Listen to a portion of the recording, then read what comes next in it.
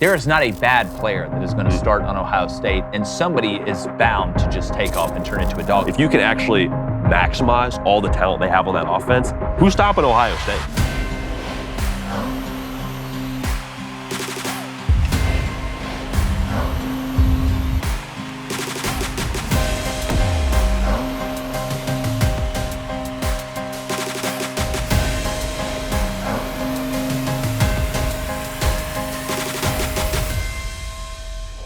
What is up, everybody? Thank you guys for joining us on another edition of Crain & Company. Make sure you hit that like button, hit that subscribe button. Remember, without you, there is no us, and we appreciate you greatly.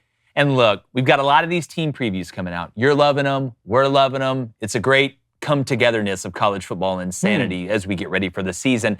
And one team we have not done yet, and he may not say the second part of it. He's said it before. He has said it before, David Cohn. Yeah. Is Ohio State. Yeah. And we thought, we put out a little SEC power ranking video with our boy JD PicKell and our other brothers from another mother there at On 3.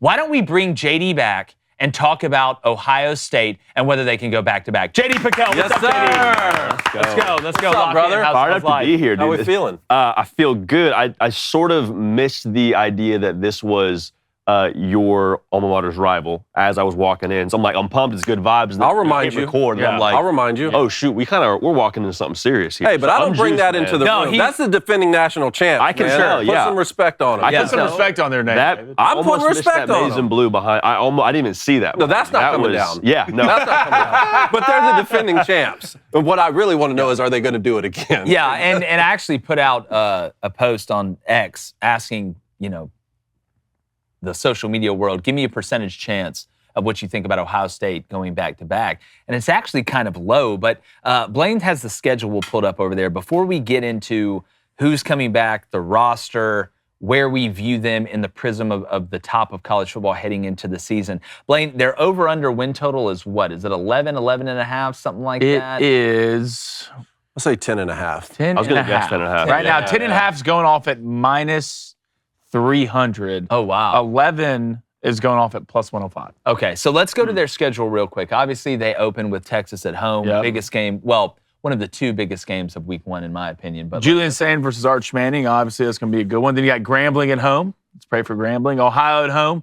At Washington. Minnesota at home. At Illinois. Sneaky. Tricky game Sneaky, right there. sneaky. At Wisconsin. Penn State at home. At Purdue, UCLA at home. Nico, we'll see how that goes. Rutgers at home. And then obviously at the Fighting David Cohn. So you're Boom. Penn State at home. You're at Michigan. We know how important that game is, obviously, at the end of the year.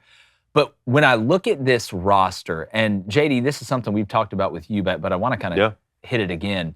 I cannot remember a year where more bigger brands in the sport are breaking in a new quarterback, whether that be a young guy that is a developmental guy that has waited his turn and is starting now, or somebody they brought through in the transfer portal.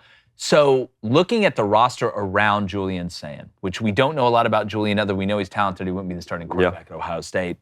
Does Ohio State have the best roster around a new starting quarterback in the country? I think you can make an argument for Alabama. You can make a small argument for Oregon, but I look at Ohio State, on the defense, offense, special teams.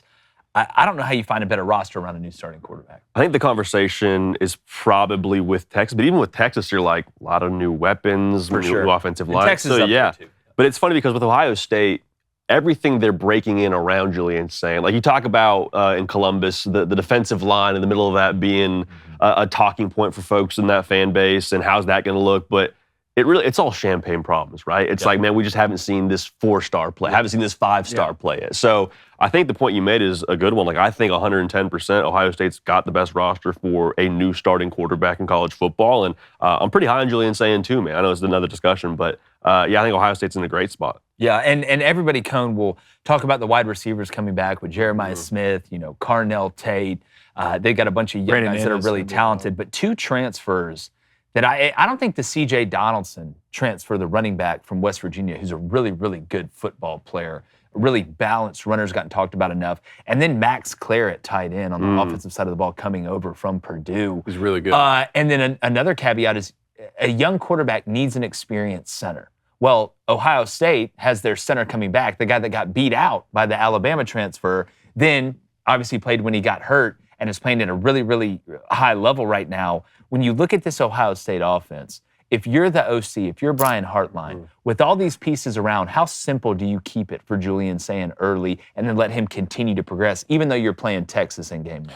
Well, you want to be able to do whatever the quarterback can manage. I'm more interested to know how much of the zone read game is involved in that, because when Will Howard came over from Kansas State, obviously we knew, hey, if you're going to get the most out of Will Howard, he's going to have to be able to use his legs. And I want to get into all this. I want to get into the coordinators specifically. Jeremiah Smith, the year that he had as a freshman, maybe one of the greatest freshman years we've ever seen. But since we're talking about quarterbacks, I just wanted to read this guy to you guys. Someone sent me this. This is coming from Bobby Carpenter, former Buckeye player, and he said, quote, "I went to 12 or 13 spring practices and I couldn't tell you who our starting quarterback will be. It was close between Julian and Lincoln. Some days they were great, and some days Ryan Day probably wondered why he recruited them." What are you thinking about the quarterback situation with the Buckeyes right now? Is this just some like off-season fake news, more like champagne problems, or maybe they just didn't look the best in the country with the roster they have? Well, one part of it is that's a guy who's close to it, Bobby Carpenter, right? So he's probably judging as intensely as anybody else. The other part, I'm like, well, you're coming from a Will Howard, who is as experienced a hand as there was in college football.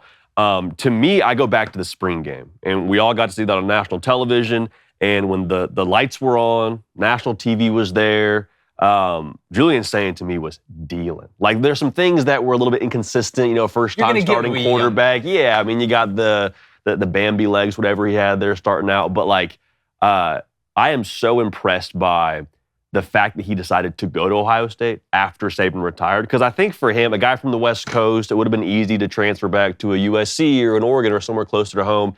And the way that it was described to me is he called Ohio State and was like, hey, y'all got room for me. And so to be a little bit, not a little bit, a lot of it confident in yourself to say, I want to go where I get developed, go where the best are, and go somewhere that's not close to home. I got to go somewhere else across the country. That told me a lot about the way he's wired upstairs. And that paired with the spring game I saw, I'm like, okay, I'm in on Julian Sand as in as you can be without seeing him start a game. Well, and also, Julian Sand doesn't have to be Batman. Will Howard didn't have to be Batman. Yeah, he just has to be a really good Robin.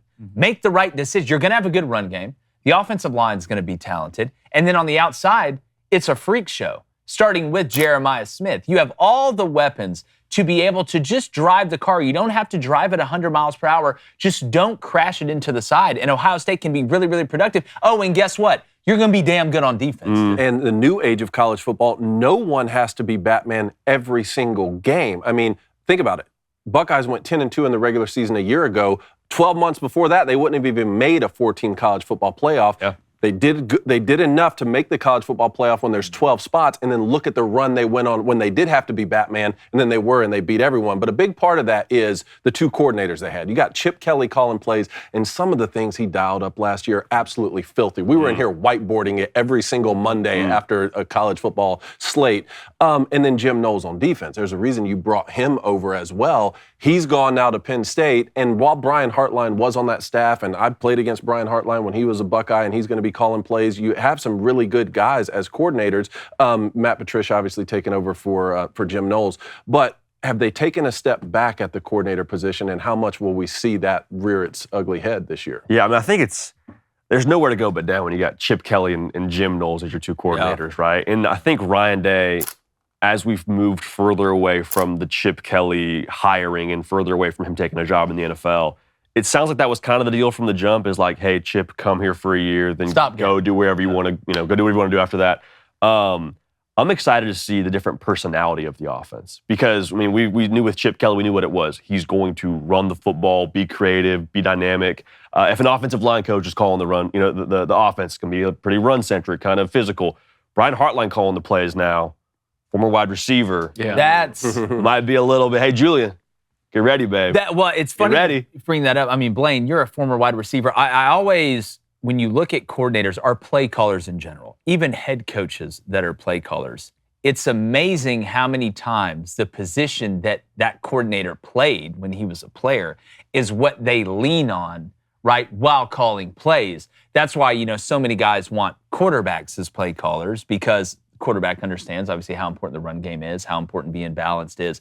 With Brian Hartline, but it's not just, is he a wide receiver that's going to call more pass plays or be more pass heavy or maybe have a little more air raid element to it. You also have those freaks on the outside. So to me, I don't think you can go wrong calling a bubble screen or some sort of quick game or intermediate game on 1st and 10 to a guy like Jeremiah Smith. Or if they're like, hey, we're going to bracket Jeremiah Smith and take away Jeremiah Smith, well, that's fine. I got Carnell Tate. I got other guys out here. I got an NFL tight end. Blaine, if you were calling plays as a wide receiver, are you as much worried about balance? Or are you like, hey, we're going to throw this thing around the yard? No, I'll be the definition of an air raid team. Yeah, I bet you. Let's be honest, that Ohio State last team wasn't a fantastic running the ball team, even with Quinshon Judkins and Travion Henderson. Not to the playoff. Yeah, not to the playoffs. Trust me, I watched Akron stuff them for 3.5 quarters, but they just out-talented teams. You know, and they ended up with 2,000-yard rushers. If there's ever a position group I would love to lean on if I'm Ohio State, it's going to be the receivers. I mean, that's an easy answer. But, you know, we kind of talk about Batman and Julian Sayin and all this. That's not the Batman of the team. You not only have Batman, but you have Superman as well. I mean, Jeremiah Smith is Superman to me, and Caleb Downs is Batman to me on defense. Yeah. You know, how important is having those presence, especially on a team that's losing so much when it comes from the turnover standpoint, just having presence of those guys on each side of the ball. And when you look at this Ohio State team, you know, what factors do you really weigh into that this has to happen for them to win a national championship? And I'm kind of on the other side, on the roadblocks. If this happens, I just don't see it happen. If your razor company takes more pride in the month of June than giving you a close, clean shave, well, it's time to switch to Jeremy's Razors. 5 stainless steel blades that destroy stubble and corporate pandering. A precision trimmer for clean lines and tight corners. Plus, a lubricating aloe strip. That's David's favorite. And right now, in honor of Independence Day, you can get 25% off. Try it and don't like it? Just send it back within 30 days for a full refund. Head to jeremy'srazors.com. That's jeremy'srazors.com today.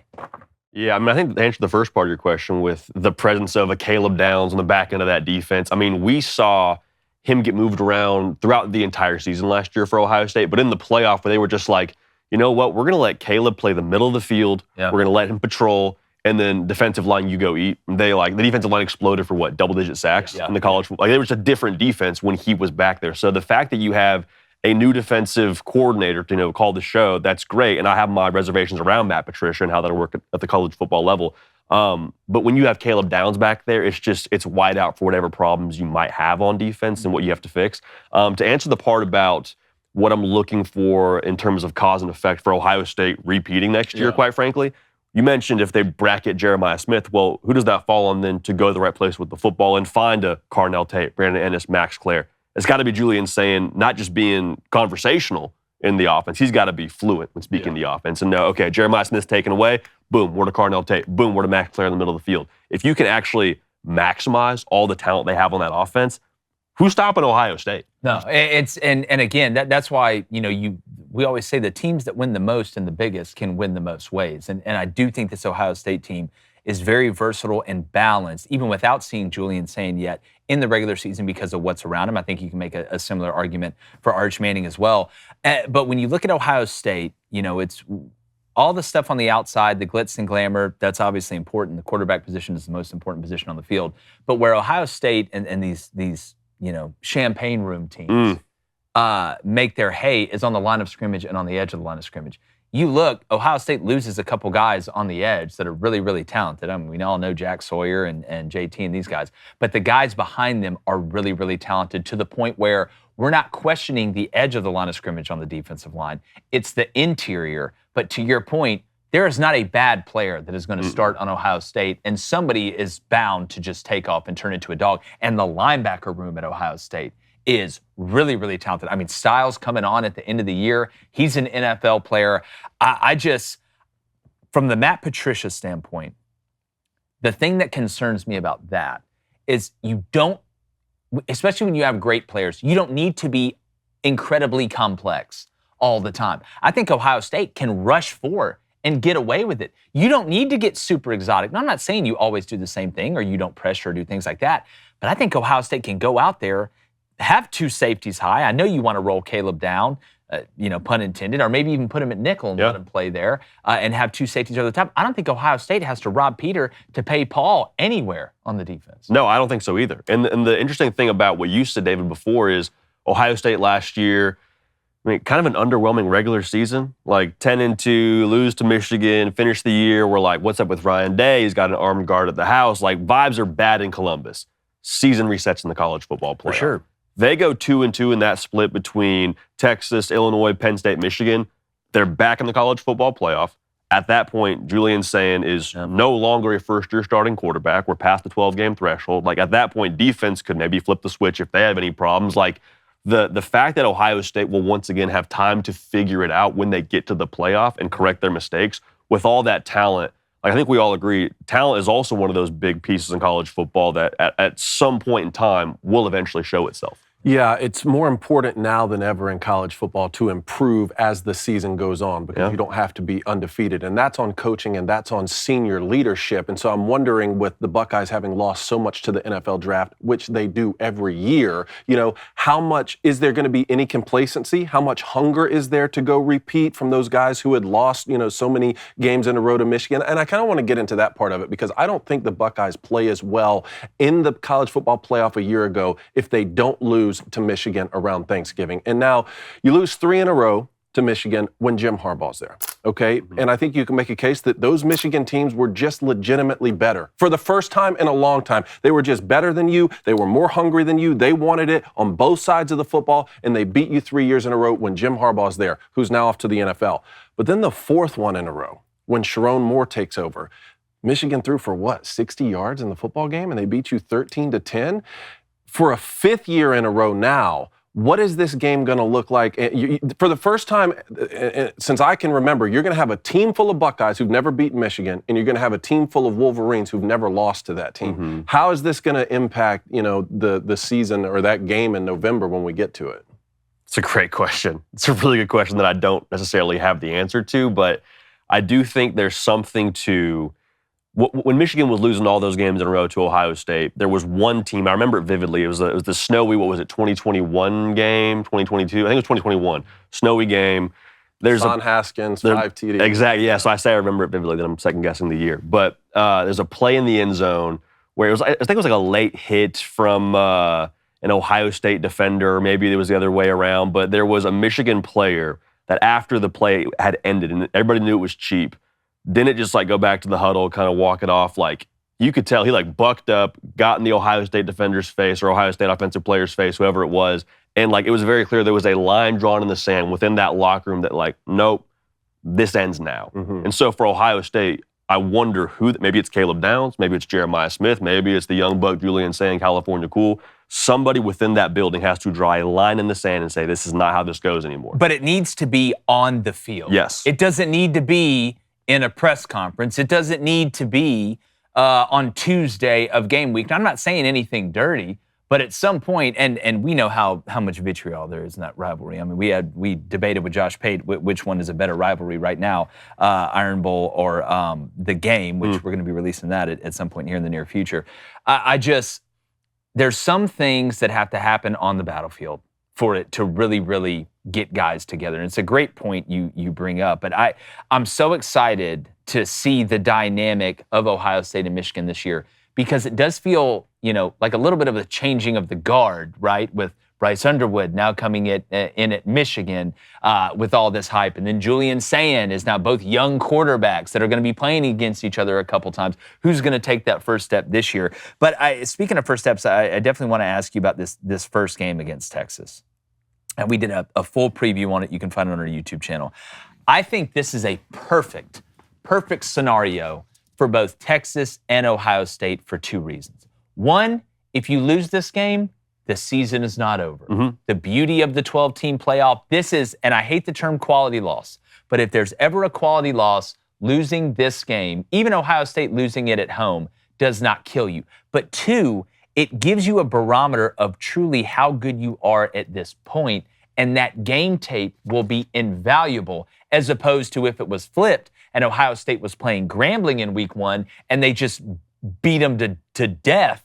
You still wouldn't really know. I watched Auburn beat Alabama A&M, like pistol whipping a blind kid week 1 last year. And everybody's like, oh, look at this. I mean, Auburn, man, they're gonna be really good. And I'm like, we don't know that yet because all those guys were beat at birth. I love these big first game matchups so you can tell a little bit about yourself. And I like the culture test, too, for both sides. Like for Texas, after last year, you're playing the team that just beat you in the college football playoff. Been in the semis twice. Now there's how many different packages are we going to see throughout the week on ESPN and on Fox talking about, hey, Arch Manning, first starter's the guy. Hey, Art, is he ready for the moment? Like, there's going to be so much hoopla around it. Can Texas respond the way they responded to big moments in the past under Sark? And for Ohio State, kind of the same deal.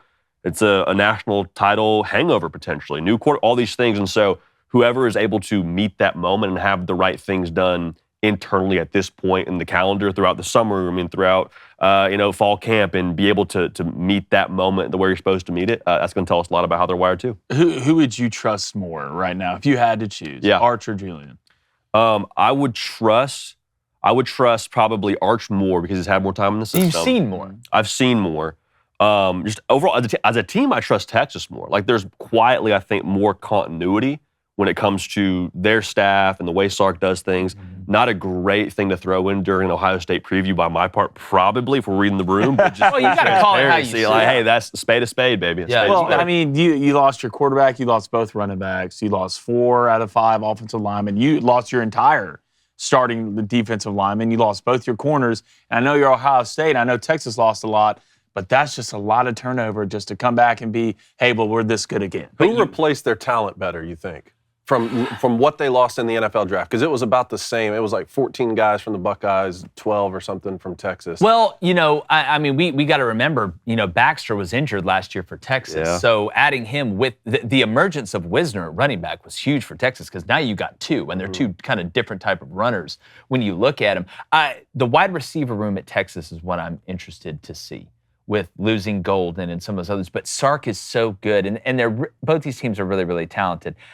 I would say overall in the transfer portal, it's about as even as, man, I can remember it, even though I do think Texas and Ohio State both have developmental guys that they've kept for a while that are really, really talented. That's why I asked that question off the top, because it's like, you look at both these rosters that both lost a lot, but you're like, damn, like they're 2 of the top 2 rosters in college football. So it's a great question. I think it's about as close as it can possibly be. I think the fact that Sark didn't go heavily to the transfer portal for a receiver. They went and got one guy from Stanford, good player in Mosley. But besides that, like Sark, a guy who knows how it's supposed to look in that wide receiver room, coaching guys like Devontae Smith and all the draft picks Texas has had. And he's like, no, I know y'all don't know these guys as much as maybe Adonai Mitchell or a Worthy, but like, Ryan Wingo, he's pretty good, and he can see now. Yeah, he's got vision now. Yeah. He got LASIK, right? Is that what it was? Like he's playing blind last year. As a blind guy, he was kicking ass. Bro, he's balling, man. David, this is the last one I have. I want to ask you, just to put a bow on the quarterback stuff, how much, and it's all preparation material. Like I always laugh when people say, oh, well, bulletin board material, during the game, it's going to matter that much. Well, nobody thinks in the middle of a play, God, this guy said a bad thing about me. I'm going to make this story even better. It's preparation. You prepare better. Sure. You're even more focused than you normally would be. That's why, again, what Thomas Castellanos said the other day was incredibly stupid. But Julian Sainz looking around right now, and you're the starting quarterback at Ohio State. And really, nobody's talking about you. It's Arch Manning this. Bryce Underwood this. How much is Julian saying? Like, how much extra does that give him in the preseason and then going through fall camp if he ends up, being just the fact that your first game is against the guy who's getting all the hype? Yeah, and you're the QB at Ohio State. And you maybe think a lot of that is because of his last name, his ability. Yeah, I mean, certainly he must be thinking about that a little bit. But at the same time, in my experience playing big-time college football, you're working every single day as hard as you possibly can, and the coaches are making sure you're doing that too. To the fact that if there was any way to like work any harder because someone said something about you, it's like, well, you already weren't working as hard as you were supposed to be. But yeah, for sure, I think he wants to go out and prove something. I think to JD's point, the fact that he sought out transferring to the Buckeyes when he was committed to Alabama and Nick Saban retired, I think he's ready for this moment. And it's also going to be a good thing for a young quarterback that regardless of what the rest of the roster looks like and who replaced better from the NFL draft between the Buckeyes and Texas, Buckeyes are going to be running maybe the 2 best college football players out on both sides of the ball, Yeah. And And at positions that are so key, Caleb Downs on the defensive side can do so much. He can get other younger guys out of trouble because he's able to come down and help in the run game or help out in the pass game. And then Jeremiah Smith, 1,300 yards a year ago, 15 touchdowns as a freshman, and you win the national championship. Again, it's not just the deep threat and the verticality and like, hey, throw it deep to me whenever you're in trouble. It's like what you were talking about in the bubble game and in the key game. How many times did we see him take off for a bubble screen? Yeah. Will Howard just pitches him the ball, you take it, and goes for 60. That's even more vital now with a young quarterback. Well, how many times did we see the cushion from the corner on Jeremiah Smith being basically at the other end of the field, and he just runs a 5-yard hitch and then makes a guy miss and goes for another 20 because you're afraid to get your pants pulled down. You have automatic fixers on both sides of the ball. Yeah, for sure. Well, that's Michael Clayton's. Yeah. Yeah. Any parting shots here? Any? You think Ohio State wins 11? And this can be unofficial. Yeah, this is unofficially. No, this is official. Yeah. Unofficially, I'll say yeah. I think yeah. Okay. Yeah, I think so. All right. Well, put the word out. Put the word out. Yeah, JD put the has word it on official. 11. Yeah, go ahead. 11. In Well, ink. Yeah. Well, JD, as usual, brother, so good to see you, my Appreciate guy. y'all, Doing man. a great job over there at On3. Appreciate y'all. Make sure you check out the Hard Count with JD PicKell. Give him a follow. And if you're not subscribed, hit subscribe now. Hit that like button as well. We appreciate you and like the chances. Can't wait to see it. Wait to see the Michigan fans in the comments. Yeah, Come on. it ought to be fun. We want to know how many games, 5 straight. in the comments, how many games does Ohio State win, and do they go back-to-back? And like the chances of me not being jacked and tan about that Texas-Ohio State game, week 1, we're going. Gone.